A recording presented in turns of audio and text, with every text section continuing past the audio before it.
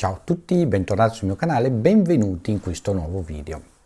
Ora, sempre per farsi una cultura generale su come va il mondo e per capire meglio la vita dopo la morte, oggi parliamo delle origini del mondo secondo gli antichi egizi.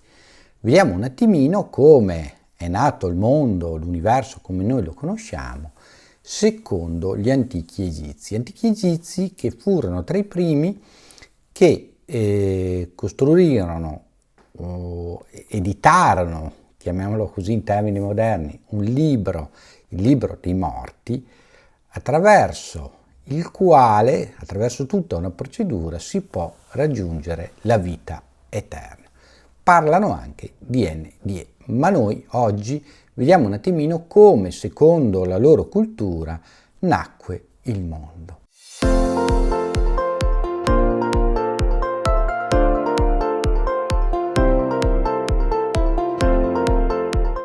All'inizio dei tempi, secondo gli egizi, vi era una massa liquida, buia e indefinita, chiamata con il suono Tutto era mescolato e confuso in essa, un po' come quelle notti buie, nuvolose, dove tutto si confonde nel cielo. Forse tutti gli elementi della vita erano immersi in questo buio liquido, ma tutto sembrava così, tutta questa liquidità buia, scura, che si rimescolava. Questo era il nulla che esisteva prima della vita. Questa distesa liquida, buia, infinita iniziò a trasformarsi nella loro lingua in nun, cioè quello che noi definiamo il brodo primordiale. I nostri antropologi dicono che la vita nasce da questo brodo primordiale. E a un certo punto, in mezzo a questo nun, crebbe una collina e questo liquido primordiale la lasciò, si fece da parte per lasciare emergere questa collina. Nacque una collina. Su questa collina nacque un dio, Atum. Non si capisce se la collina generò Atum oppure se la collina e Atum crebbero insieme. Atum aveva un aspetto umano, quindi antropomorfo, e aveva la doppia corona in testa, la corona della vita, dell'eternità, detta anche corona, che poi la corona che hanno anche i faraoni, quella del Basso Egitto nord e dell'Alto Egitto sud. Cioè le due cose sono un po' inverse. L'Alto Egitto è a sud e il Basso Egitto è a nord, verso la foce del Nilo.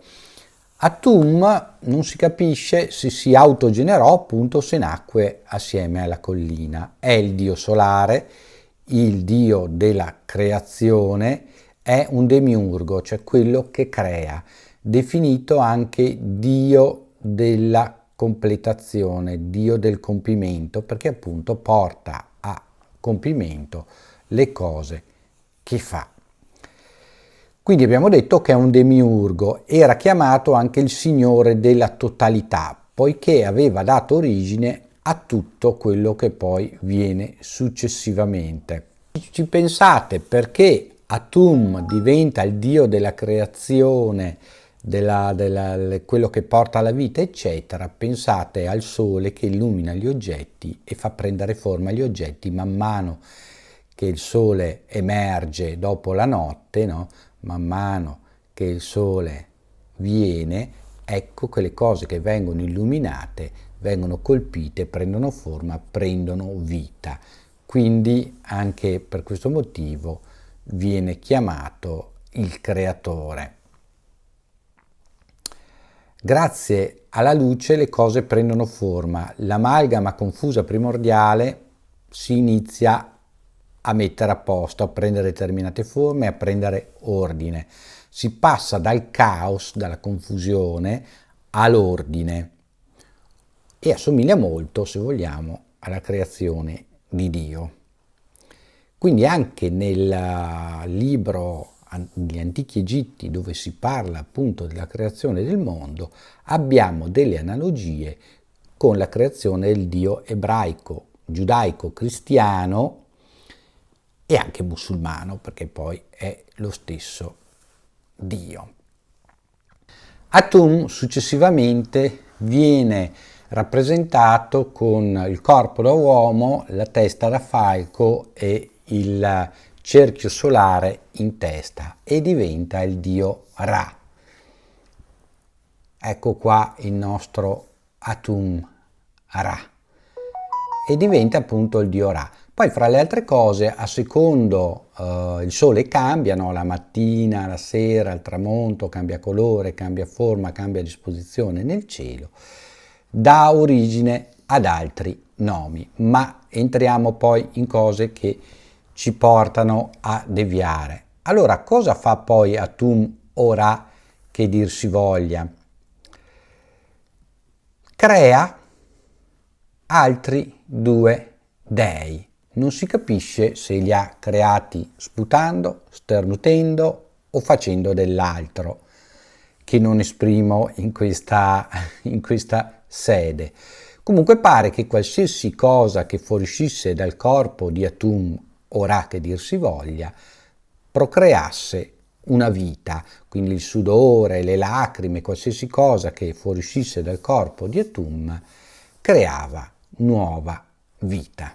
Quindi creò le prime due divinità.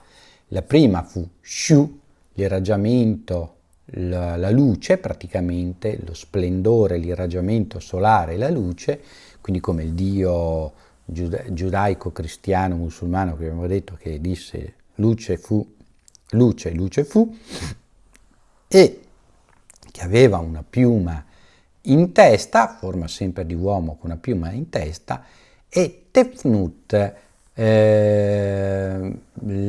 dea della pioggia, dell'umidità, delle nuvole. Quindi Shu era il dio del bel tempo, se vogliamo, dell'illuminazione e dell'irraggiamento, e Tefnut la dea della pioggia, dell'umidità, del brutto tempo, del vento, ed era una donna con la testa di leonessa. Questo invece è il nostro Dio con la corona dell'Alto e del Basso Egitto. Bene, dopo questa prima coppia divina cominciarono a crearsi altri dei. Come dicevamo, il Dio detto poi Ra, quindi Dio del Sole, il Dio Atum, era una macchina di creazione, quindi qualsiasi suo essudato, un pelo della barba, un pelo dei capelli, il sudore, il muco del naso, la saliva, qualsiasi cosa diventava creazione. Quindi man mano iniziarono a essere creati gli altri dei.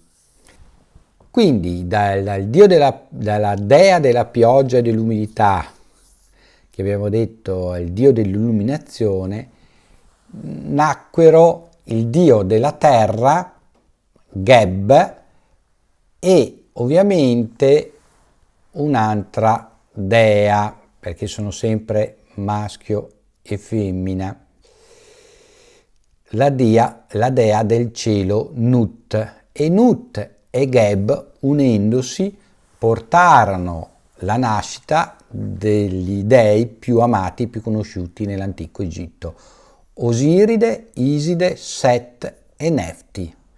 Quindi Geb, che era sempre rappresentato di colore verde appunto perché era la terra che crea, e Nut fecero nascere tutti la serie di dei che poi noi conosciamo perché sono i più famosi, i più conosciuti, quelli di cui se ne parla di più, della tradizione egiziana: Osiride, Iside, Set e Nefti. Trageb è di colore verde, è sempre antropomorfo, quindi un essere umano di colore verde. Nut è bellissima, una bellissima dea nuda col corpo coperto di stelle. Quindi vedete anche l'immaginazione di questi dei bellissimi che procreano poi altri dei e quindi poi procreano l'umanità. Dire che Nut era anche la dea della risurrezione, perché lei mangiava, divorava le stelle e rifaceva nascere le stelle. Quindi era la dea della resurrezione. E trasformatasi in un'enorme mucca, un'enorme vacca, ebbe l'onore di portare Ra, il dio sole, quindi il dio creatore, sulle sue spalle e viene spesso raffigurata in questa immagine. Si dice anche che Nut alla sera divorava Ra, il dio sole, per dopo farlo risuscitare alla mattina, e quindi ecco anche qua che nasce la storia che noi ancora oggi conosciamo, che è presente anche nella fede cristiana, della morte, della risurrezione, della vita eterna.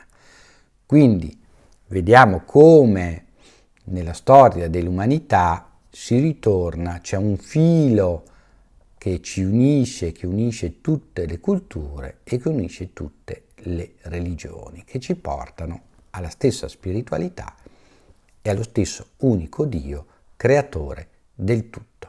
Spero che questo piccolo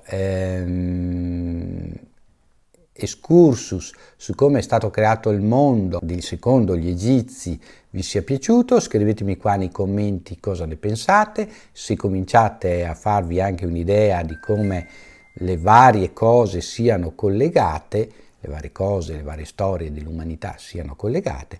Iscrivetevi al canale, mettete un bel like, ci vediamo in un prossimo video. Ciao a tutti da Ermanno.